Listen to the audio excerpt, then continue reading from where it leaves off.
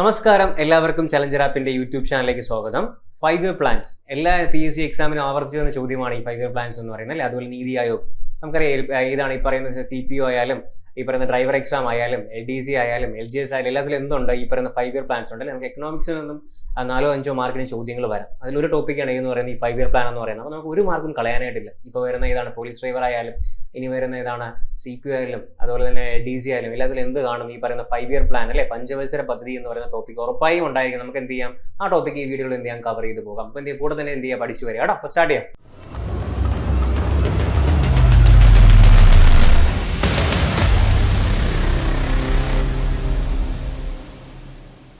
ആദ്യം നമുക്ക് നോക്കാം, ആസൂത്രണ കമ്മീഷൻ വിഭാവനം ചെയ്ത പദ്ധതികൾ എന്ത് വിളിക്കുന്നു? പഞ്ചവത്സര പദ്ധതികൾ എന്ന് വിളിക്കുന്നു. ആരാണ്? ആസൂത്രണ കമ്മീഷൻ അല്ലേ, അല്ലെങ്കിൽ എന്ത് വിളിക്കാം, പ്ലാനിംഗ് കമ്മീഷൻ വിഭാവനം ചെയ്ത പദ്ധതികളാണ് എന്തെന്ന് പറയുന്നത് പഞ്ചവത്സര പദ്ധതികൾ അല്ലെങ്കിൽ 5 ഇയർ പ്ലാൻസ് എന്ന് പറയുന്നത്. നല്ല ചോദ്യമാണ്.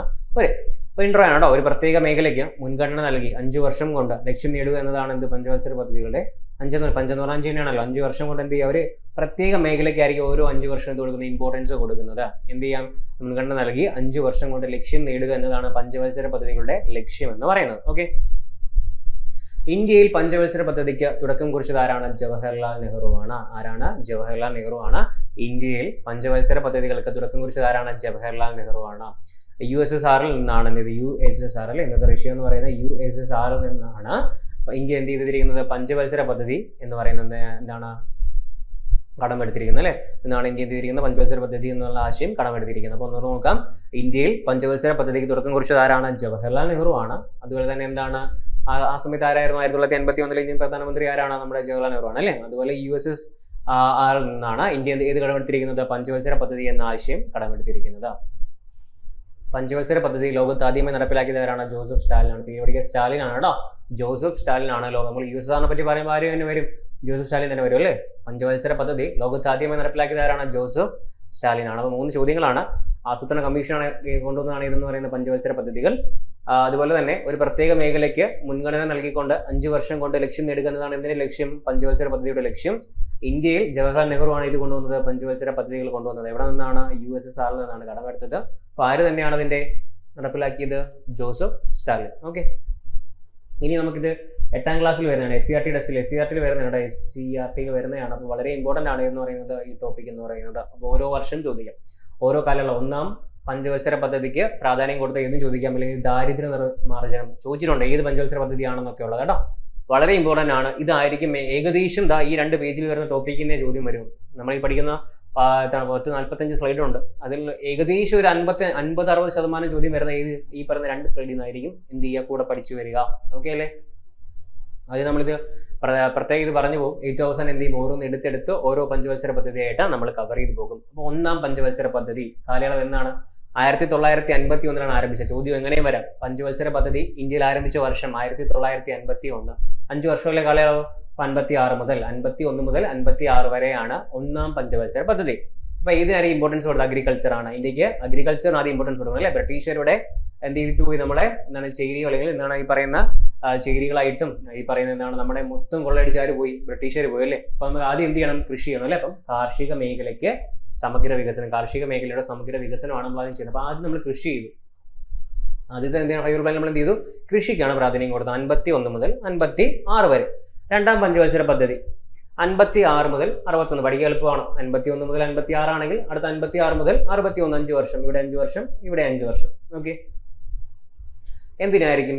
വ്യാവസായിക വികസനം. അപ്പോൾ ആദ്യം കൃഷി ചെയ്ത് നമുക്ക് അടുത്ത് എന്തുണ്ടാവണം, ഇൻഡസ്ട്രി വേണം അല്ലേ. അപ്പോൾ ആദ്യത്തിൽ നമ്മൾ കൃഷി ചെയ്തു, രണ്ടാമത്തിൽ നമുക്ക് എന്ത് വേണം, വ്യവസായങ്ങൾ വേണം, വ്യാവസായിക വികസനം. ഓക്കെ, എന്താണ് ഇൻഡസ്ട്രിയൽ ഡെവലപ്മെന്റ് അല്ലെങ്കിൽ വ്യാവസായിക വികസനം. അപ്പോൾ 2 നമ്മൾ പഠിച്ചേ. 51 മുതൽ 56 വരെയും 56 മുതൽ 61 വരെയും 1 പഠിച്ചു, 2 പഠിച്ചു. ആദ്യം കൃഷിയും 2 എന്താണ് വ്യാവസായിക വികസനവുമാണ്. 3ാം പഞ്ചവത്സര പദ്ധതി 61 മുതൽ 66 വരെ എന്നാണ്. 61 മുതൽ 66 വരെയാണ് 3ാം പദ്ധതി. ഇപ്പോൾ കറക്റ്റ് അല്ലേ, 3 വർഷം അല്ലേ, 5 വർഷം വെച്ചിട്ട്. ഓക്കെ, ഭക്ഷ്യ സ്വയം പര്യാപ്തതയും സമ്പദ്ഘടനയുടെ സ്വയം പര്യാപ്തത. നമ്മൾ എന്ത് ചെയ്യണം, സ്വയം പര്യാപ്തത വേണം അല്ലെ. നമുക്ക് ആരെ ആശ്രയിക്കാതെ നമ്മൾ എന്ത് ചെയ്യണം, നമുക്ക് ജീവിക്കാം, ഇന്ത്യക്ക് ജീവിക്കാൻ പറ്റണം അല്ലേ. അതാണ് സ്വയം പര്യാപ്തത. അപ്പൊ നമ്മൾ ആദ്യം കൃഷി ചെയ്തു, പിന്നെ വ്യവസായം ഉണ്ട്. നമുക്ക് ഇനി എന്ത് ചെയ്യണം, സ്വന്തം കാലിൽ നിൽക്കണം. അപ്പൊ 3ാമത്തേതാണ് എന്തെന്ന് പറയുന്നത്, ഭക്ഷ്യ സ്വയം പര്യാപ്തം. നമ്മൾ ഫുഡിന് എന്ത് ചെയ്യാൻ പാടില്ല, വേറെ ആൾക്കാരെ ആശ്രയിക്കേണ്ട ആവശ്യം വരാൻ പാടില്ല, വേറെ രാജ്യങ്ങളെ ആശ്രയിക്കേണ്ട ആവശ്യമില്ല. അതുപോലെ 4ാമതാണ് സമ്പദ്ഘടനയുടെ സ്വയം പര്യാപ്തത. സമ്പദ്ഘടനയിൽ നമുക്ക് എന്ത് ചെയ്യണം, സ്വയം പര്യാപ്തത ഉണ്ടായിരിക്കണം. അപ്പൊ സ്വയം എന്ത് ചെയ്യണം, നമുക്ക് എണീറ്റ് നിൽക്കണം അല്ലേ. അപ്പൊ ആദ്യം എന്താണ്, കൃഷി ചെയ്തു. രണ്ടാമത് നമ്മൾ എന്ത് ചെയ്തു? ഇൻഡസ്ട്രികൾ കൊണ്ടുവന്നു. മൂന്നാമത് എന്ത് കൊടുത്തു? സ്വയം പര്യാപ്തത, ഭക്ഷ്യ സ്വയം പര്യാപ്തതയും സമ്പദ്ഘടനയുടെ സ്വയം പര്യാപ്തത. 3 പഠിച്ച് 51 മുതൽ 56 വരെ, 56 മുതൽ 61 വരെ, 61 മുതൽ 66 വരെ. ഓക്കെ അല്ലേ? ശരി. ഇനി 4ാം പഞ്ചവത്സര പദ്ധതി 69 മുതൽ 74 വരെ. എന്താണ് 69 മുതൽ എന്ന് വരെയാണ് ഈ പറയുന്ന 74 വരെ. ഇതിന്റെ ഒരു ഗ്യാപ്പ് ഉണ്ട് അല്ലേ? നമ്മൾ പഠിക്കും. അതിന്റെ ഒരു ഗ്യാപ്പ് ഉണ്ട്, 3 വർഷത്തെ ഗ്യാപ്പ് ഉണ്ട്. അത് നമ്മൾ എന്താണെന്ന് പഠിക്കും. ഓക്കെ. 4ാമത് വരുമ്പോൾ ഒരു ഗ്യാപ്പ് വന്നിട്ടാണ് വരുന്നത്. എത്രയാണ്? ഈ 3 പഠിച്ചു കഴിഞ്ഞാൽ നമുക്ക് ഓർഡറിൽ പോകാം, വർഷം നമുക്ക് മനസ്സിലാകും. പക്ഷേ 69 മുതൽ 74 ഇതിന് ശേഷം എന്താണ് ഒരു ഗ്യാപ്പ് വന്നു. 3 വർഷത്തെ ഗ്യാപ്പിന് ശേഷമാണ് ഇത് വരുന്നത്. ഈ വരുന്ന 4ാം പഞ്ചവത്സര പദ്ധതി വരുന്നത്. സ്ഥിരതയോടുള്ള വളർച്ചയാണ്. നമുക്ക് എന്ത് വേണം? സ്ഥിരതയോട് കൂടിയുള്ള വളർച്ച വേണം. ഒരു വർഷം കൂടി പിന്നെ താഴെ പോയി പിന്നെ മുകളിൽ പോയി അല്ലല്ലോ വേണ്ടത്. സ്ഥിരതയോടെ നമുക്ക് എന്ത് ചെയ്യണം? വളരാൻ പറ്റണം. അതുപോലെ എന്താണ്? സ്വാശ്രയത്വം അല്ലെ? നമുക്ക് ഈ പറയുന്ന ആശ്രയത്വം ഇല്ലാതെ എന്ത് ചെയ്യാൻ പറ്റണം? ജീവിക്കാൻ പറ്റണം അല്ലേ? ഓക്കെ.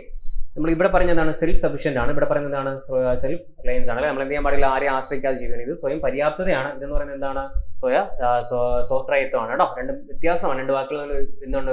അർത്ഥത്തിൽ വ്യത്യാസം വരുന്നുണ്ട്. ഇത് സ്വയം പര്യാപ്തതയാണ്. ഇതെന്താണ്? സ്വാശ്രയത്വമാണ്. നമ്മൾ ഒരാളെയും ആശ്രയിക്കാത്തുള്ളൊരു എന്ത് ചെയ്യണം? നമുക്ക് ജീവിക്കാൻ പറ്റണം. ഇതെന്താണ്? സ്വയം പര്യാപ്തത. നമുക്ക് എന്ത് ചെയ്യാൻ പറ്റണം? എല്ലാം നേടിയെടുക്കാൻ പറ്റണം അല്ലേ? ശരി. അപ്പം 3 എന്ന് പറയുന്നതാണ് ഭക്ഷ്യ സ്വയം പര്യാപ്തത നമ്മൾ നേടിക്കഴിഞ്ഞു. ഇനി എന്ത് ചെയ്യണം? സമ്പദ്ഘടനയുടെ സ്വയം പര്യാപ്തത നമ്മൾ നേടിക്കഴിഞ്ഞു. ഇനി നമുക്ക് എന്ത് ചെയ്യണം? സ്ഥിരതയോടെ വളരണം. പിന്നെ എന്ത് ചെയ്യണം? സ്വാശ്രയത്വം. ആരെയും ആശ്രയിക്കാൻ പാടില്ല. എന്താണ്? സ്ഥിരതയോടെ കൂടി വളരെയും വേണം. എന്ത് ചെയ്യണം? സ്വാശ്രയത്വം വേണം. അപ്പം ഈ പറയുന്ന 4 നമ്മൾ പഠിച്ചു. ആദ്യം കൃഷി ചെയ്തു, രണ്ടാമത് ഇൻഡസ്ട്രി വന്നു, മൂന്നാമത് ഭക്ഷ്യ എന്താണ്? സ്വയം പര്യാപ്തതയും സമ്പദ്ഘടനയുടെ എന്താണ്? സ്വയം പര്യാപ്തത നേടി. അടുത്തെന്ത് വന്നു? സ്ഥിരതയോടുകൂടി വളർന്നുകൊണ്ട് നമുക്ക് എന്തും വേണം? അതുപോലെ സ്വാശ്രയത്വം. സ്ഥിരതയോടുകൂടി വളരണം, അതുപോലെ എന്തും വേണം? സ്വാശ്രയത്വവും വേണം. 4ാം പഞ്ചവത്സര പദ്ധതി നമ്മൾ പഠിച്ചു കഴിഞ്ഞു. ഇനി 5ാമത്തത് ദാരിദ്ര്യ നിർമ്മാർജ്ജനം. അപ്പൊ നമ്മൾ ഇത്രയും കാര്യങ്ങൾ ചെയ്ത് കഴിയുമ്പോൾ നമുക്ക് എന്ത് മാറും? ദാരിദ്ര്യം മാറോ? മാറിയിട്ടില്ല, പക്ഷെ മാറാൻ വേണ്ടി നമ്മൾ എന്ത് കൊണ്ടുവന്നു? അടുത്ത 5 പ്ലാൻ കൊണ്ടുവന്നു. ദാരിദ്ര്യ നിർമ്മാർജ്ജനം. പഠിച്ചു വെക്കുക. ഏതാണ്? ദാരിദ്ര്യ നിർമ്മാർജ്ജനം. PSC ചോദിച്ചാണ്. എത്രാമത്തെയാണ്? 5ാമത്തതാണ് ദാരിദ്ര്യ നിർമ്മാർജ്ജനം. പഠിച്ചു വെച്ച ദാരിദ്ര്യ നിർമ്മാർജ്ജനം ഏതാണ്? 5ാമത്തെ 5 പ്ലാൻ ആണ്. 74 മുതൽ 79. ഇത് കഴിഞ്ഞിട്ട് ഓർഡർ ആണ് കേട്ടോ. 69 കഴിഞ്ഞിട്ട് പിന്നെ ഓർഡറിൽ പോവാണ്. 74 മുതൽ ഏതുവരെ? 79 വരെ. ഓക്കെ. ശരി. ഇനി 6ാം പഞ്ചവത്സര പദ്ധതി 80 മുതൽ 85 വരെ. ഇന്ന് മുതൽ 79 കഴിഞ്ഞിട്ട് ഒരു ഗ്യാപ്പ് വന്നു. ഓക്കെ. എത്രയാണ്? 80 മുതൽ 85 വരെയാണ്. കാർഷിക വ്യാവസായിക മേഖലകളുടെ അടിസ്ഥാന സൗകര്യങ്ങൾ മെച്ചപ്പെടുത്തുക. അപ്പൊ എന്താണ്? ബേസിക് ഇൻഫ്രാസ്ട്രക്ചർ നമുക്ക് കൊണ്ടുവരണം. ഏതൊക്കെയാണ്? ആദ്യം വന്ന സാധനം തന്നെ അല്ലേ? 5 കഴിഞ്ഞപ്പോൾ വീണ്ടും എന്ത് വന്നു? ആദ്യത്തേത് വന്നു അല്ലെ? ആദ്യത്തെ 2 വന്നു. 5 വരെ നമ്മൾ കൊണ്ടുവന്നു. എന്തില്ലാതാക്കി? നമ്മൾ ദാരിദ്ര്യ നിർമ്മാർജ്ജനം വരെ ഇല്ലാതെയായി. എന്നല്ല അർത്ഥം പറയുന്നത്. പഠിച്ചു വെക്കാൻ വേണ്ടി ഇങ്ങനെ പറഞ്ഞു പോകുന്നതാണ്. എന്താണ്? ദാരിദ്ര്യ നിർമ്മാർജ്ജനം നമ്മൾ കൊണ്ടുവന്നു. പിന്നെ എന്ത് കൊണ്ടുവന്നു? 6ാമത് നമ്മൾ വീണ്ടും എന്ത് വന്നു? കാർഷിക വ്യാവസായിക മേഖലയിൽ എന്ത് വന്നു? അടിസ്ഥാന സൗകര്യങ്ങൾ മെച്ചപ്പെടുത്തി. ഇതില് 6ാം പഞ്ചവത്സര പദ്ധതി 80 മുതൽ 85 വരെ. ഇനി 7ാമത് 85 മുതൽ 90 വരെ ആധുനികവൽക്കരണം അല്ലെ? മോഡേണൈസേഷൻ. എല്ലാം എന്ത് ചെയ്തു? നമ്മൾ ഈ പറയുന്ന മിഷൻസ് ആയാലും എല്ലാം എന്ത് ചെയ്തു? മോഡേണൈസേഷൻ ചെയ്തു അല്ലെ? കൃഷി രീതികളായാലും എന്ത് ചെയ്തു? തുടങ്ങി ആധുനികവൽക്കരിക്കാൻ തുടങ്ങി. തൊഴിലവസരങ്ങളുടെ വർധന. നമ്മൾ മോഡേൺ ആക്കുന്ന സമയത്ത് എന്ത് വരും? അവസരങ്ങൾ ഉണ്ടാവില്ല. ഇൻഡസ്ട്രിയിൽ ഉണ്ടാകും തോറും അല്ലെങ്കിൽ വ്യവസായം ഉണ്ടാകുന്ന തോറും അല്ലെങ്കിൽ എന്താണ് ഈ പറയുന്ന ഇവിടെ എന്താണ്? മോഡേൺ സത്യം പറഞ്ഞു കഴിഞ്ഞാൽ എന്താണ്? ആക്ച്വലായിട്ട് പറഞ്ഞു കഴിഞ്ഞാൽ മെഷീൻ വരുമ്പോഴും ആധുനികവൽക്കരിക്കുമ്പോഴും എന്തില്ലാതെയും തൊഴിലവസരങ്ങൾ ഇല്ലാതെ വരും. പക്ഷെ നമ്മൾ ഈ രണ്ടും നോക്കിയല്ലേ? ഈ പറയുന്ന 80-85 എന്ത് കൊണ്ടുവന്നു? ആധുനികവൽക്കരണവും അതോടൊപ്പം തന്നെ എന്തും കൊണ്ടുവന്നു? തൊഴിലവസരങ്ങളുടെ വർധനവും കൊണ്ടുവന്നു. അപ്പൊ നമുക്ക് ഒന്നുകൂടെ പറഞ്ഞു പോവാം. ആദ്യത്തെ 6 മൊത്തം 12 പഠിക്കാനുണ്ട്. ആദ്യത്തെ 6 പഠിച്ചു പോവാം. ഒന്നാമത്തെ 51 മുതൽ 56 വരെയാണ്. 51 മുതൽ 56 വരെയാണ്. ആദ്യം നമ്മൾ കൃഷി ചെയ്തു. രണ്ടാമത് ഏതാണ് നമ്മൾ പറയുന്നത്? ഈ പറയുന്ന 56 മുതൽ 61 വരെ നമ്മൾ എന്ത് ചെയ്തു? വ്യവസായങ്ങൾ കൊണ്ടുവന്നു അല്ലെ? വ്യവസായ എന്താണ്? വികസനം. മൂന്നാമത് 61 മുതൽ 66 വരെ കൃഷിയും അതും കഴിഞ്ഞു. കൃഷിയും കഴിഞ്ഞ് ഇൻഡസ്ട്രി വന്നു. നമുക്ക് ഇനി എന്ത് വേണം? ഭക്ഷ്യ സ്വയം പര്യാപ്തത. നമ്മൾ സ്വയം പര്യാപ്തത നേടണം. അതുപോലെ എന്ത് നേടണം? സമ്പദ്ഘടനയുടെ സ്വയം പര്യാപ്തത. എന്താണ്? എക്കണോമിക്കലി നമുക്ക് എന്തുണ്ടായിരിക്കണം? ഈ പറയുന്ന സെൽഫ് ഡിപ്പെൻഡൻസ് ഉണ്ടായിരിക്കണം അല്ലെ? എന്താണ്? സ്വയം പര്യാപ്തതയും ഉണ്ടായിരിക്കണം. ഇത് രണ്ടും ഉണ്ടായി കഴിഞ്ഞു. 4ാമത് നമ്മൾ എന്ത് കൊണ്ടുവന്നു? സ്ഥിരതയോടുകൂടി വളർച്ച. ചുമ്മാ വളർന്നാൽ പോലെ എന്താണ്? സ്ഥിരമായിട്ട് നമുക്ക് വളരണം. അപ്പൊ എന്തുണ്ടായി? കാർഷിക മേഖല വളർന്നു, വ്യാവസായിക വികസനം കൊണ്ടുവന്നു, ഭക്ഷ്യ സ്വയം പര്യാപ്തത നമ്മൾ നേടിയ സമ്പദ്ഘടനയുടെ സ്വയം പര്യാപ്തത നേടി. ഇനി നമ്മൾ എങ്ങനെ വളരണം? നേരെ വളരണം അല്ലെ? സ്ഥിരതയോടുകൂടിയുള്ള വളർച്ചയും സ്വാശ്രയത്വം. ആരെയും ആശ്രയിക്കാതെ എന്ത് ചെയ്യണം? വളരണം. ഓക്കെ. അതേതിലാണ്? 4ാമത്തേലാണ്. 5 നമ്മൾ ഇത്രയും കാര്യങ്ങൾ ചെയ്ത് നമുക്ക് എന്ത് മാറണം? ദാരിദ്ര്യം മാറണം അല്ലെ? അപ്പൊ 5ാമത് നമ്മൾ എന്ത് കൊണ്ടുവന്നു? ദാരിദ്ര്യ നിർമ്മാർജ്ജനം. എന്താണ്? ദാരിദ്ര്യ നിർമ്മാർജ്ജനം. 74 മുതൽ 79 വരെ. ഇതിനിടയിൽ എപ്പോൾ ഗ്യാപ്പ് വന്നു? ഈ പറയുന്ന 66 ശേഷം ഒരു ഗ്യാപ്പ് വന്നു. ഓക്കെ. അടുത്ത 6ാം പഞ്ചവത്സര പദ്ധതി 80 മുതൽ 85 വരെയാണ്. കാർഷിക വ്യവസായം, ആദ്യം പറഞ്ഞതാണ് കാർഷികവും വ്യവസായവുമാണ്. അതിന്റെ എന്താണ് മേഖലകളുടെ അടിസ്ഥാന സൗകര്യം, ഇൻഫ്രാസ്ട്രക്ചർ എന്ത് ചെയ്യണം, മെച്ചപ്പെടുത്തണം. കാർഷിക വ്യവസായ മേഖലയുടെ ഇൻഫ്രാസ്ട്രക്ചർ എന്ത് ചെയ്യണം, മെച്ചപ്പെടുത്തണം. ഇനി 7ാം പഞ്ചവത്സര പദ്ധതി 85 മുതൽ 90 വരെയാണ്. ആധുനികവൽക്കരണം, മോഡേണൈസേഷനും അതുപോലെ എന്താണ് തൊഴിലവസരങ്ങളുടെ വർധനവുമാണ് ഇതെന്ന് പറയുന്നത് 7. അപ്പോൾ ഓക്കെ, നമ്മൾ കൃഷിയുടെയും എന്താണ് വ്യവസായത്തിന്റെയും എന്താണ് അടിസ്ഥാന സൗകര്യങ്ങൾ മെച്ചപ്പെടുത്തി നമുക്ക് എന്തുകൊണ്ട് കൊണ്ടുവന്നു, നമ്മൾ മെച്ചപ്പെടുത്തി നമ്മൾ എന്ത് ചെയ്തു, ആധുനികവൽക്കരിച്ചു അല്ലേ. അപ്പൊ എന്ത് ആൾക്കാർക്ക് കിട്ടി, തൊഴിലാളികൾക്ക് അവസരം കിട്ടി. അപ്പൊ ആദ്യത്തെ 7 നമ്മൾ പഠിച്ചു കഴിഞ്ഞു. ഓക്കെ അല്ലേ, ആദ്യത്തെ 7 നമ്മൾ പഠിച്ചു കഴിഞ്ഞു. ഇനി 5 ഉള്ളൂ. അപ്പൊ ആദ്യം 7 പഠിച്ചാൽ പിന്നെ നമുക്ക് എളുപ്പമാണ് പഠിക്കാൻ. അപ്പം ആദ്യം കൃഷിയാണ്, പിന്നെ വ്യാവസായിക വികസനമാണ്, പിന്നെ നമ്മൾ എന്ത് നേടി, 3ാമത്തേത് ഭക്ഷ്യ സ്വയം പര്യാപ്തതയും സമ്പദ്ഘടനയുടെ സ്വയം പര്യാപ്തതയാണ്. 4 ഇതാണ് സ്ഥിരതയോടുകൂടിയുള്ള വളർച്ച അല്ലെങ്കിൽ സ്വാശ്രയത്വമാണ്. 5 ദാരിദ്ര്യ നിർമ്മാർജ്ജനമാണ്. 6 നമ്മൾ എന്ത് വന്നു, കാർഷിക വ്യാവസായിക മേഖലയുടെ അടിസ്ഥാന സൗകര്യങ്ങൾ മെച്ചപ്പെടുത്തി. 7 ഏത് വന്നു, ആധുനികവൽക്കരണവും അതുപോലെ എന്താണ് തൊഴിലവസരങ്ങളുടെ വർധനവും. അപ്പൊ 8ാം പഞ്ചവത്സര പദ്ധതി എന്തിനായിരിക്കും പ്രാധാന്യം കൊടുത്തത്, മാനവശേഷി വികസനമാണ് കേട്ടോ. ഏതാണ്, മാനവശേഷി വികസനമാണ്. മാനവശേഷി വികസനം ഏതാണ്, 92 മുതൽ 97 വരെ. ഇത്രയും കഴിഞ്ഞപ്പോൾ നമ്മൾ എന്തിനു കൊടുത്തു, ഇത്രയും കഴിഞ്ഞു 7 കഴിഞ്ഞപ്പോൾ 8ാമത്തെ ആർക്ക് കൊടുത്തു, മാനവശേഷി വികസനത്തിനാണ് നമ്മൾ ആ ഒരു 5 വർഷം മാറ്റി വെച്ചത്. ഓക്കെ, ഇത്രയും ആൾക്കാർ എന്താണ്, ഇത്രയും തൊഴിലവസരങ്ങളൊക്കെ നേടിക്കഴിഞ്ഞു. ഇനി എന്ത് ചെയ്തു, നമ്മൾ മാനവശേഷിക്ക് എന്തുകൊണ്ടുവന്നു, വികസനം കൊണ്ടുവന്നു. അപ്പോൾ ഇതിൽ നമ്മളെല്ലാം എക്സ്പെക്റ്റഡ് എന്താണ് നമ്മുടെ വളർച്ചയും അതുപോലെ നമ്മൾ എത്ര വളർന്നു എന്നൊക്കെ നമ്മൾ പഠിക്കും കേട്ടോ. ഓരോന്നെടുത്ത് പഠിക്കുമ്പോൾ 9ാം പഞ്ചവത്സര പദ്ധതി 97 മുതൽ 2002 വരെ, 97 മുതൽ 2002 വരെയാണ് ഇത് 9ാം. ഓക്കെ, അതിലേതാണ് ഗ്രാമീണ വികസനവും വികേന്ദ്രീകൃത ആസൂത്രണം അല്ലേ. അപ്പോൾ ഓക്കെ, അടുത്തെന്താണ്, 9ാം പഞ്ചവത്സര പദ്ധതിയാണ്. 97 മുതൽ 2002 വരെയാണ്. ഗ്രാമീണ വികസനമാണ്. ഗ്രാമീണ വികസനവും അതുപോലെ എന്താണ് വികേന്ദ്രീകൃത ആസൂത്രണമാണ്. ഡീസെൻട്രലൈസ്ഡ് എന്താണ് പ്ലാനിംഗ് ആണ്. കേന്ദ്രീകൃതമല്ല, ഏതാണ് ഈ പറയുന്ന ഡീസെൻട്രലൈസ്ഡ് പ്ലാനിങ്ങിനാണ് ആര് ഇമ്പോർട്ടൻസ് കൊടുത്തത്, 9ാം പഞ്ചവത്സരം. അപ്പോൾ ഇത് ചോദിച്ചിട്ടുണ്ട്, ഡീസെൻട്രലൈസ്ഡ് പ്ലാനിങ്ങിന് ഇമ്പോർട്ടൻസ് കൊടുത്തത് അല്ലെങ്കിൽ ഗ്രാമീണ വികസനത്തിന് എന്താണ് പ്രാധാന്യം കൊടുത്ത പദ്ധതി ഏതാണ്, 9 ആണ്. 97 മുതൽ 2002 വരെയാണ്. ഗ്രാമീണ വികസനവും ഏതാണ്, വികേന്ദ്രീകൃത ആസൂത്രണവും ഡീസെൻട്രലൈസ്ഡ് പ്ലാനിങ്ങും 9 ആണ്. 10ാം പഞ്ചവത്സര പദ്ധതി 2002 മുതൽ 2007 വരെ. മൂലധന നിക്ഷേപം വർദ്ധിപ്പിക്കുക, നമ്മുടെ ക്യാപിറ്റൽ ഇൻവെസ്റ്റ്മെന്റ് വർദ്ധിപ്പിക്കുക അല്ലെ. മൂലധന നിക്ഷേപം വർദ്ധിപ്പിക്കുകയാണ് ഏത്, 10. ഓക്കെ, 10 ഏതാണ്, മൂലധന നിക്ഷേപം വർദ്ധിപ്പിക്കുക. 11 എന്താണ്, 2007 മുതൽ 12 വരെയാണ്. മുഴുവൻ ജനവിഭാഗങ്ങളുടെയും സമഗ്ര വികസനം. നമ്മുടെ എന്താണ് ഇന്ത്യയിലെ മുഴുവൻ ജനവിഭാഗത്തിന്റെ എന്താണ് സമഗ്രമായ വികസനമാണ് അല്ലേ. മൊത്തത്തിലുള്ള എന്താണ് വികസനമാണ് നമ്മൾ എന്ത് പ്ലാൻ ചെയ്തത്. 12 ഏതാണ്, 2012 മുതൽ 17 വരെയാണ്. സുസ്ഥിര വികസനം, സസ്റ്റൈനബിൾ ഡെവലപ്മെന്റ് ആണ്. ഇതൊന്നുകൂടെ പഠിക്കാം, ഇതൊരു കണക്ഷൻ ഇല്ലാതെ പോകുന്ന കാര്യങ്ങൾ പറഞ്ഞു പോകുന്നു. ഓക്കെ, 8ാം പഞ്ചവത്സര പദ്ധതി എന്ന് പറയുന്നത് എപ്പോഴാണ്, 92 97 ആണ്. അത് ഓർഡർ പഠിച്ചു നമുക്ക് കിട്ടും. ഇടയ്ക്ക് വരുന്ന 3 വർഷവും പിന്നെ 1 വർഷവും എന്ത് ചെയ്ത് പഠിച്ചാൽ മതിയാവും. 8ാം പഞ്ചവത്സര പദ്ധതി എന്ന് പറയുന്നത് മാനവശേഷി വികസനമാണ്. എന്താണ്, മാനവശേഷി വികസനമാണ്. നമ്മൾ മനുഷ്യനാണ് പ്രാധാന്യം കൊടുത്ത മാനവശേഷി വികസനമാണ്. ഈ ഹ്യൂമൻ റിസോഴ്സ് ഡെവലപ്മെന്റ് ഒക്കെ നമുക്ക് ഇതുപോലെ തന്നെ പഠിക്കാനുണ്ട്, എസ്റ്റേറ്റിനകത്ത് പഠിക്കാനുണ്ട്. ഓക്കെ, മാനവശേഷി വികസനമാണ് 8ാം പഞ്ചവത്സര പദ്ധതി. അതുപോലെ ഇതാണ് 9ാം പഞ്ചവത്സര പദ്ധതി വരുന്ന സമയത്താണ് ഗ്രാമീണ വികസനവും വികേന്ദ്രീകൃത ആസൂത്രണം. ഇത് ഇമ്പോർട്ടന്റ് ആണ്, ചോദിച്ചിട്ടുണ്ട്, പഠിച്ചു വെക്കുക. 10ാമത് എന്തായിരുന്നു, മൂലധന നിക്ഷേപം വർദ്ധിപ്പിക്കുക. നമ്മുടെ രാജ്യത്തിന്റെ മൂലധന നിക്ഷേപം എന്ത് ചെയ്യുക, വർദ്ധിപ്പിക്കുക. ക്യാപിറ്റൽ ഇൻവെസ്റ്റ്മെന്റ് എന്ത് ചെയ്യുക, വർദ്ധിപ്പിക്കുക. ഓക്കെ, അപ്പം 11ാമതാണത്. 12ാമത് വരുമ്പോൾ എന്തുവരും, നമ്മളെ തീരാറായി അല്ലെ. 11ാമത് എന്ത് നമുക്ക് മുഴുവൻ ജനവിഭാഗത്തിന്റെയും സമഗ്ര വികസനം ഉണ്ടാവണം അല്ലെ. 11ാമത് എന്തായിരുന്നു, മുഴുവൻ ജനവിഭാഗത്തിന്റെ സമഗ്ര വികസനം ഉണ്ടാവും. നമുക്കറിയാം വികസനം ഉണ്ടാകുമ്പോൾ എന്ത് ചെയ്യും, പ്രകൃതിയെ ബാധിക്കും, മനുഷ്യന്റെ ഫ്യൂച്ചർ ജനറേഷനെ ബാധിക്കും. അത് ഉണ്ടാവാൻ പാടില്ല. എന്താണ് സുസ്ഥിര വികസനം, അതാണ് എന്ന് പറയുന്നത് 12 മുതൽ 17 വരെയുള്ള. അപ്പം ഈ പറയുന്ന ഇതാണ് 11 എന്ന് പറയുന്നത് എന്താണ്, മുഴുവൻ ജനവിഭാഗത്തിന്റെയും സമഗ്ര വികസനമാണ്. അങ്ങനെ ഉണ്ടാകുമ്പോൾ എന്തുണ്ടാവാൻ പാടില്ല, ബാക്കിയുള്ള ബുദ്ധിമുട്ടിക്കാൻ പാടില്ല അല്ലെ. ഇങ്ങനെ പ്രകൃതി ദുരുപയോഗം ചെയ്യാൻ പാടില്ല. അതാണ് ഇത് സുസ്ഥിര വികസനം, സസ്റ്റൈനബിൾ ഡെവലപ്മെന്റ്. അപ്പോൾ ഓർത്തിരിക്കുക, മൊത്തം 12 ഉണ്ട്. ഇനി ഓരോ നമ്മൾ പറഞ്ഞു പോകും. ജസ്റ്റ് ഇന്റർവ്യൂ എന്ത് ചെയ്തിട്ടുള്ളൂ, നിങ്ങൾക്ക് പറഞ്ഞു തന്നിട്ടുണ്ടെന്നേ ഉള്ളൂ. പക്ഷേ ഈ പറയുന്ന 2 പേജിൽ നിന്ന് 1 മാർക്ക് അല്ലെങ്കിൽ 2 മാർക്ക് നിങ്ങൾക്ക് ഉറപ്പായിട്ടും കിട്ടും. മിക്ക പരീക്ഷകൾക്കും ഈ ടോപ്പിക്കിൽ നിന്ന് തന്നെയാണ് ചോദിച്ചത്. ഇത് വർഷം ഏതായിരിക്കാം, ഇനിയില്ലെങ്കിൽ എക്സ്പെക്ടഡ് റേഷ്യോ ചോദിക്കും. എക്സ്പെക്ടഡ് വളർച്ച എത്രയാണ്, നമ്മൾ എത്ര വളർച്ചയാണ് നമ്മൾ എക്സ്പെക്ട് ചെയ്തത്, അതൊക്കെ ചോദ്യം വന്നിട്ടുണ്ട്.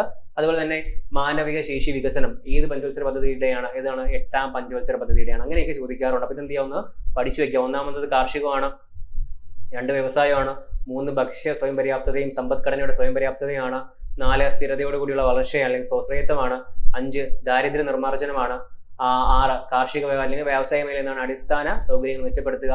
അതുപോലെ ഏതാണ് 7 എന്ന് പറഞ്ഞാൽ ആധുനികവൽക്കരണം അല്ലെങ്കിൽ മോഡേണൈസേഷൻ അല്ലെങ്കിൽ തൊഴിലവസരങ്ങളുടെ എന്താണ് വർധനവാണ്. അതുപോലെ എന്താണ് 8 എന്ന് പറഞ്ഞാൽ മാനവശേഷി വികസനമാണ്, 9 ഗ്രാമീണ വികസനവും വികേന്ദ്രീകൃത ആസൂത്രണവും, 10 മൂലധന നിക്ഷേപം, 11 മുഴുവൻ ജനവിഭാഗത്തിന്റെയും എന്താണ് സമഗ്ര വികസനവും, 12 എന്താണ് സുസ്ഥിര വികസനമാണ്. ഓക്കെ അല്ലേ. ഇനി നമ്മൾ ഓരോന്നായിട്ട് പഠിക്കാൻ പോകുന്നത്. ആദ്യത്തെ ഏതാണ്? പഞ്ചവത്സര പദ്ധതി പഠിക്കും. ഒന്നാം പഞ്ചവത്സര പദ്ധതി 51 മുതൽ 56 നമ്മൾ പഠിച്ചതാണ്. 51 മുതൽ 56 വരെയാണ്. ഇന്ത്യയുടെ ഒന്നാം പഞ്ചവത്സര പദ്ധതി ആരംഭിച്ചത് 1951 ഏപ്രിൽ 1-നാണ്. ഡേറ്റ് ചോദിച്ചിട്ടുണ്ട്, ഡേറ്റ് ഉൾപ്പെടെ ചോദിച്ചിട്ടുണ്ട്. പഠിച്ചു വെച്ചത് എന്നാണ്? ഏപ്രിൽ 1-ാം തീയതി. ഒന്നാം പഞ്ചവത്സര പദ്ധതി പാർലമെന്റ് അവതരിപ്പിച്ചത് ആരാണ്? ജവഹർലാൽ നെഹ്റു ആണ്. നമുക്കറിയാം പിതാവായ അല്ലെങ്കിൽ ഇന്ത്യയുടെ എന്താണ് പഞ്ചവത്സര പദ്ധതിയുടെ ആരാണ് അവതരിപ്പിച്ചതെന്ന് ചോദിച്ചാൽ ആര് തന്നെയാണ്? നമ്മുടെ ജവഹർലാൽ നെഹ്റു തന്നെയാണ്. ഒന്നാം പഞ്ചവത്സര പദ്ധതിയുടെ ആമുഖം തയ്യാറാക്കിയത് ചോദിച്ചിട്ടുണ്ട്. PSC 2 3 തവണ ചോദിച്ചിട്ടുണ്ട്. ആരാണ്? KN രാജാണ്. KN രാജാണ്. ഇത് പറയുന്നത് പോലെ ഇന്ത്യയുടെ ഭരണഘടനയുടെ ആമുഖം തയ്യാറാക്കിയത് ആരാണ്? ഈ പറയുന്ന ജവഹർലാൽ നെഹ്റു ആണ്. അതല്ല ഇവിടെ ചോദിക്കുന്നത് ഏതാണ്? ഒന്നാം പഞ്ചവത്സര പദ്ധതിയുടെ ആമുഖം തയ്യാറാക്കിയത് ആരാണെന്നാണ് ചോദിക്കുന്നത്. എന്ത് ചെയ്യാം? നമ്മൾ ഓപ്ഷൻ നോക്കിയാൽ ക്വസ്റ്റ്യൻ മനസ്സിലാക്കി ആൻസർ ചെയ്താണ്. KN രാജാണ്. KN രാജാണ്. ഓക്കെ അല്ലേ? 51 മുതൽ 56 വരെയാണ്.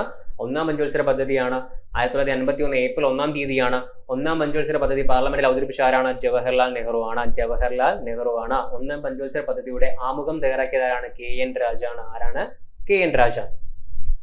ഹറോൾഡ് ഡോമാർ മാതൃക എന്ന്, ഹറോൾഡ് ഡോമാർ മോഡൽ അല്ലെങ്കിൽ മാതൃക എന്നറിയപ്പെടുന്ന ഒന്നാം പഞ്ചവത്സര പദ്ധതിയാണ്. അങ്ങനെയും ചോദിച്ചിട്ടുണ്ട്. ഹറോൾഡ് ഡോമാർ മാതൃക ഇതാണ്. ഒന്നാം പഞ്ചവത്സര പദ്ധതിയുടെ വേറെ പേരാണ് എന്തെന്ന് പറയുന്നത്? ഹറോൾഡ് ഡോമാർ മോഡൽ എന്നറിയപ്പെടുന്നത്. ഒന്നാം പഞ്ചവത്സര പദ്ധതി ഊന്നു നൽകിയ മേഖല ഏതാണ്? കൃഷിയും ജലസേചനവും അല്ലെ? കൃഷിയാണ് നമുക്ക് എന്തുകൊണ്ട് ഇറിഗേഷൻ വേണ്ടത്, ജലസേചനം വേണ്ടത്. ഓക്കെ, കൃഷിയും ജലസേചനവുമാണ് ഒന്നാം പഞ്ചവത്സര പദ്ധതി ഊന്നൽ നൽകിയത്. കാർഷിക പദ്ധതി എന്നറിയപ്പെടുന്നത് ഇത് തന്നെയാണ്. ഒന്നാണ് നമ്മൾ പഠിച്ചാണ്. കൃഷിക്കാണ്, കാർഷിക മേഖലയ്ക്കാണ് പ്രാധാന്യം കൊടുത്തത്. അപ്പൊ എന്നറിയപ്പെടുന്നു? ഹറോൾഡ് ഡോമാർ മോഡൽ എന്നറിയപ്പെടുന്നു. കൃഷിക്കും ജലസേചനത്തിനുമാണ് പ്രാധാന്യം കൊടുത്തത്. കാർഷിക പദ്ധതി എന്ന് ഏതിനെ അറിയപ്പെടുന്നു? ഒന്നാം പഞ്ചവത്സര പദ്ധതിയെ അറിയപ്പെടുന്നു. അപ്പൊ ഏപ്രിൽ 1951 ഏപ്രിൽ 1-ാം തീയതിയാണ്. ജവഹർലാൽ നെഹ്റു ആണ്. KN രാജാണ്. ഓക്കെ, ഒന്നാം പഞ്ചവത്സര പദ്ധതിയിൽ ഉൾപ്പെടുത്തിയ വിവിധ ഉദ്ദേശീയ പദ്ധതികൾ ഏതൊക്കെയാണ്? ദാമോദർ വാലി, അതുപോലെ ബക്രാനെങ്കൽ, ഹിരാക്കുഡ്, മേട്ടൂർ എന്നിവയാണ്. അപ്പൊ ചോദ്യം വരുന്നത് എങ്ങനെയായിരിക്കാം?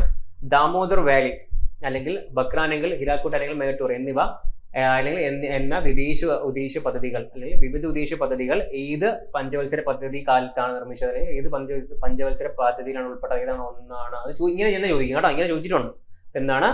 ദാമോദർ വാലി, ബക്രാനെങ്കൽ, ഹിരാക്കുഡ് അല്ലെങ്കിൽ മേട്ടൂർ ഇതൊക്കെ ഇതിൽ വരുന്നതാണ്. ഒന്നാം പഞ്ചവത്സര പദ്ധതിക്കകത്ത് വരുന്നതാണ്. ഓക്കെ, ഒന്നാം പഞ്ചവത്സര പദ്ധതി കാലത്ത് നടപ്പിലാക്കിയ കുടുംബാസൂത്രണ പദ്ധതി, ഫാമിലി പ്ലാനിംഗ് എന്നാണ് ഈ പറയുന്ന ഒന്നാം പഞ്ചവത്സര പദ്ധതി കാലത്താണ് നടന്നത് എന്നാണ് 1952. അപ്പൊ ഇതില് അല്ലാതെയും ചോദ്യങ്ങൾ വരുന്നുണ്ട് കണ്ടോ. അതായത് 5 ഇയർ പ്ലാൻ മാത്രമല്ല പറഞ്ഞു പോകുന്നത്. അതായത് ഒന്നാം പഞ്ചവത്സര പദ്ധതി കാലത്താണ് എന്തുണ്ടായത്? കുടുംബാസൂത്രണം, ഫാമിലി പ്ലാനിംഗ്. വർഷം എന്നാണ് 1952. ഒന്നാം പഞ്ചവത്സര പദ്ധതിയുടെ ഭാഗമായി സാമൂഹ്യ വികസന പരിപാടി കേട്ടോ. സോഷ്യൽ എന്താണ്? ഡെവലപ്മെന്റ് പ്രോഗ്രാം അല്ലെ? സാമൂഹ്യ വികസന പരിപാടി അല്ലെങ്കിൽ കമ്മ്യൂണിറ്റി ഡെവലപ്മെന്റ് പ്രോഗ്രാം CDP ആരംഭിച്ചത് എന്നാണ് ഈ പറയുന്ന 1952 ഒക്ടോബർ 2-നാണ്. അത് പഠിച്ചു വയ്ക്കുക. അടുത്ത ചോദ്യമാണ്, ഇന്ത്യയിൽ CDP വന്നത് ഏത് വർഷം? CDP എന്ന് വെച്ചാൽ എന്താണ്? കമ്മ്യൂണിറ്റി ഡെവലപ്മെന്റ് പ്രോഗ്രാം ആണ്. 1952 ഒക്ടോബർ 2. ഗാന്ധിജിയുടെ പിറന്നാളാണ് അല്ലെ? ഗാന്ധിജിയുടെ പിറന്നാളാണ് ഒക്ടോബർ 2. ഓക്കെ, 1952 ഒക്ടോബർ 2 ഒന്നാം പഞ്ചവത്സര പദ്ധതിയുടെ ഭാഗമായാണ് സാമൂഹിക വികസന പരിപാടി അല്ലെങ്കിൽ CDP ഇന്ത്യയിൽ കൊണ്ടുവന്നത്.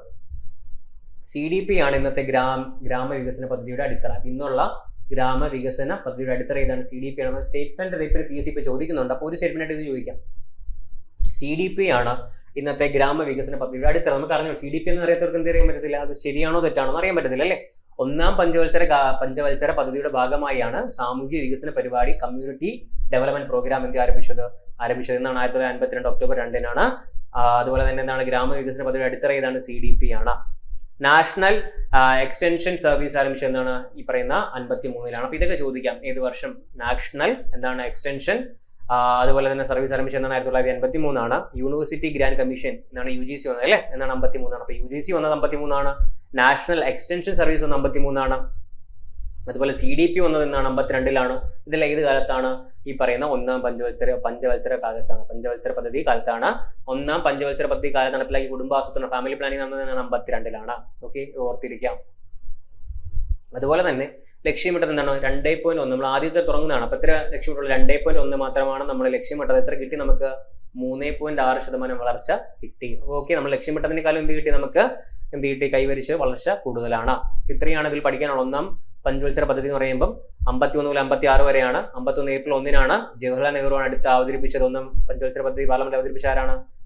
ജവഹർലാൽ നെഹ്റു ആണ്. KN രാജാണ് ഇതിന്റെ ആമുഖം തയ്യാറാക്കിയത്. ഹരോ ഡോമാർ മോഡൽ എന്നും കൃഷിക്കും ജലസേചനമാണ് പ്രാധാന്യം നൽകിയത്. കാർഷിക പദ്ധതി എന്ന് ഏതിനറിയപ്പെടുന്നു? നമ്മുടെ ഒന്നാം പഞ്ചവത്സര പദ്ധതി അറിയപ്പെടുന്നു. ദാമോദർ വാലിയും പക്രാനങ്കലും ഹിരാക്കുട്ടും മേട്ടൂറൊക്കെ ഏത് കാലത്താണ് നിർമ്മിച്ചത്? ഒന്നാം പഞ്ചവത്സര പദ്ധതിയിൽ ഉൾപ്പെട്ടതാണ്.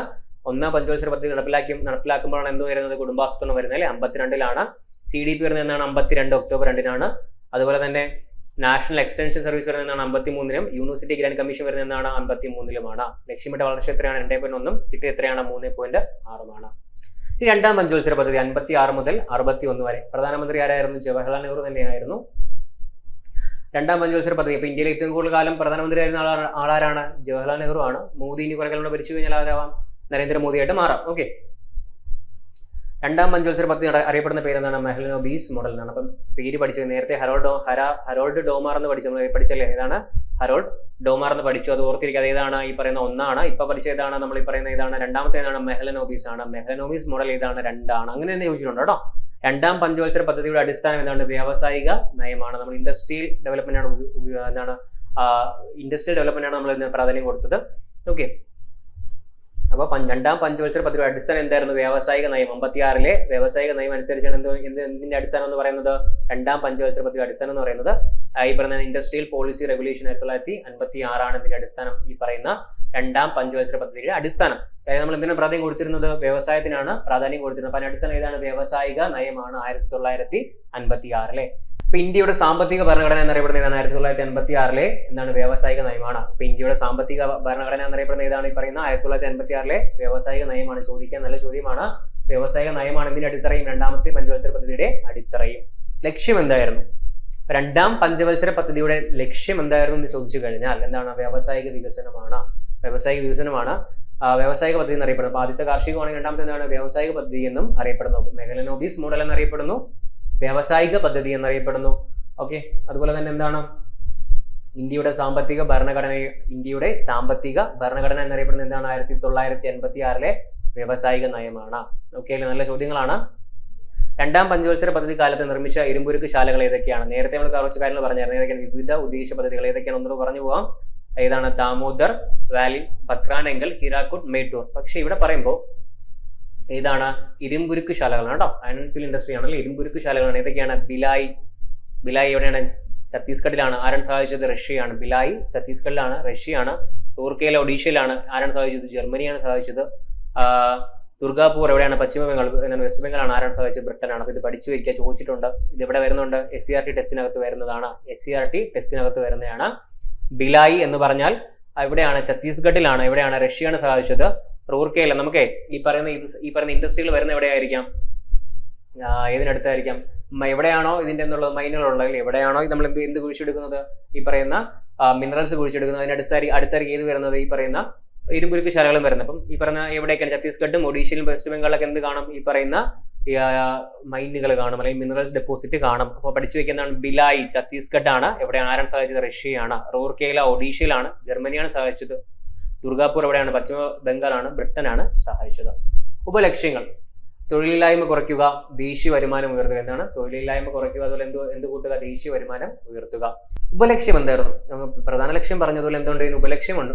എന്താണ് അതൊന്ന്? തൊഴിലില്ലായ്മ കുറയ്ക്കുക. നമ്മുടെ എന്താണ്? ഇന്ത്യയിലെ തൊഴിലില്ലായ്മ കുറയ്ക്കുക, അതുപോലെ ദേശീയ വരുമാനം ഉയർത്തുക. ഇത് രണ്ടുമായിരുന്നു എന്തിന്റെ നമ്മുടെ ഈ പറഞ്ഞ രണ്ടാം പഞ്ചവത്സര പദ്ധതിയുടെ ഉപലക്ഷ്യങ്ങൾ എന്ന് പറയുന്നത്.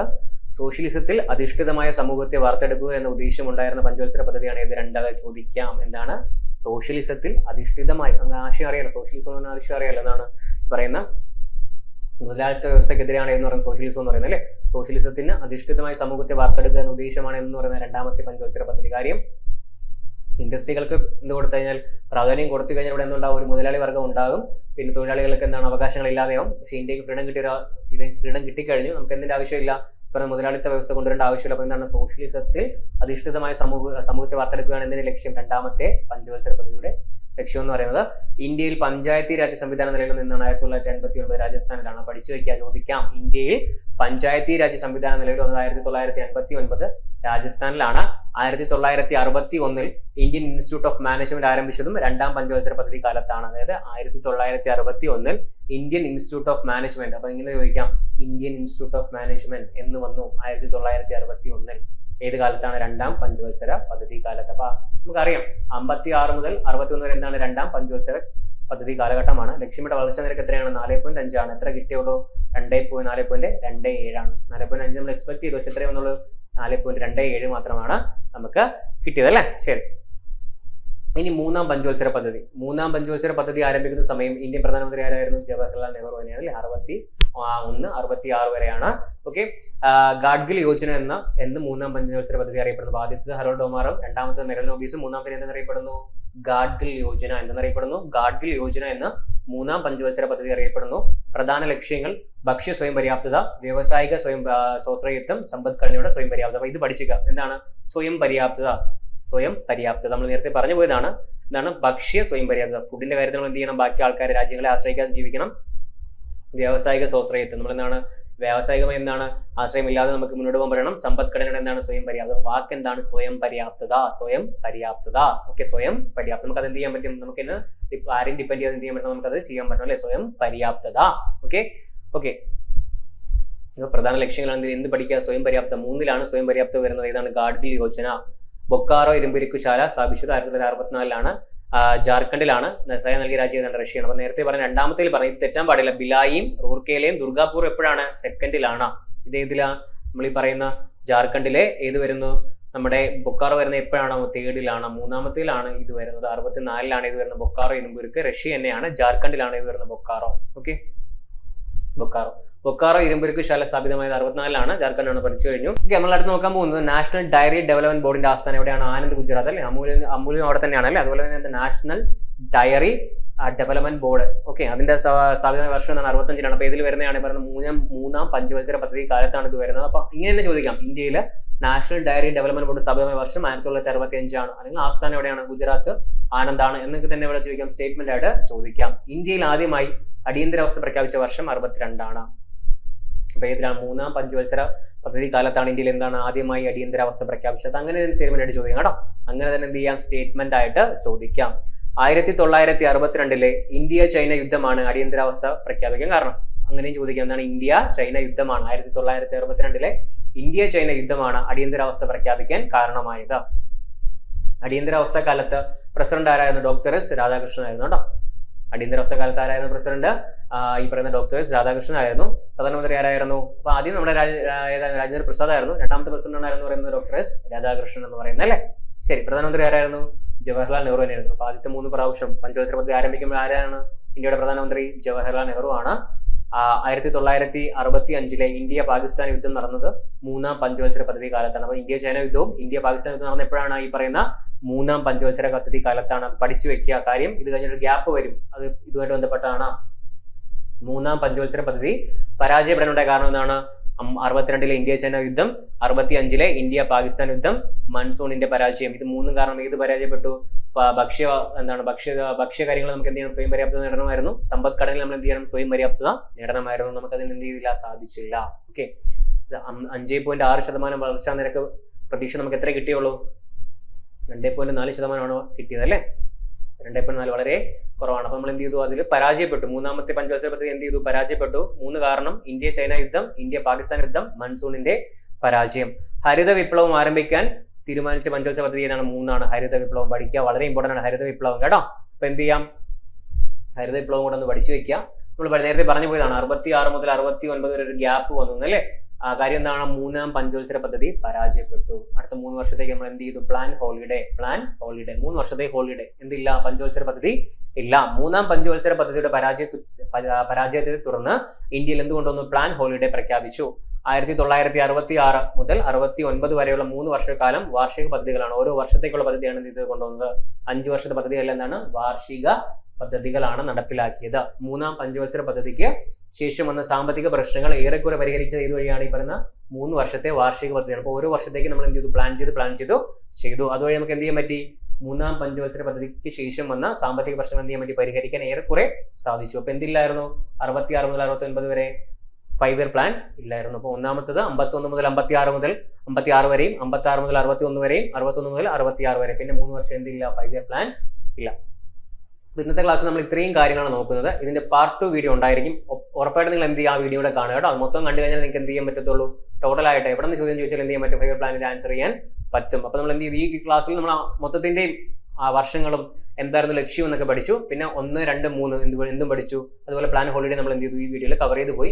ബാക്കി നമുക്ക് എന്ത് ചെയ്യാം, അടുത്ത വീഡിയോയിൽ കാണാം. അപ്പോൾ എന്ത് ചെയ്യാം, നിങ്ങൾ ഈ പറയുന്ന ഏതിനാണ്, പോലീസ് ഡ്രൈവർ ആയാലും CPOക്ക് ആയാലും ഡിഗ്രി പ്രിലിംസിനായാലും LPUPക്ക് ആയാലും എല്ലാത്തിലും വരുന്ന ഒരു ടോപ്പിക്കാണ് എന്ന് പറയുന്നത് പഞ്ചവത്സര പദ്ധതി. നിങ്ങൾ എന്ത് ചെയ്തേ പറ്റും, ഇതെല്ലാം പഠിച്ചേ പറ്റും. അപ്പോൾ എന്ത് ചെയ്യാം, അടുത്ത വീഡിയോ കാണാം. Thank you.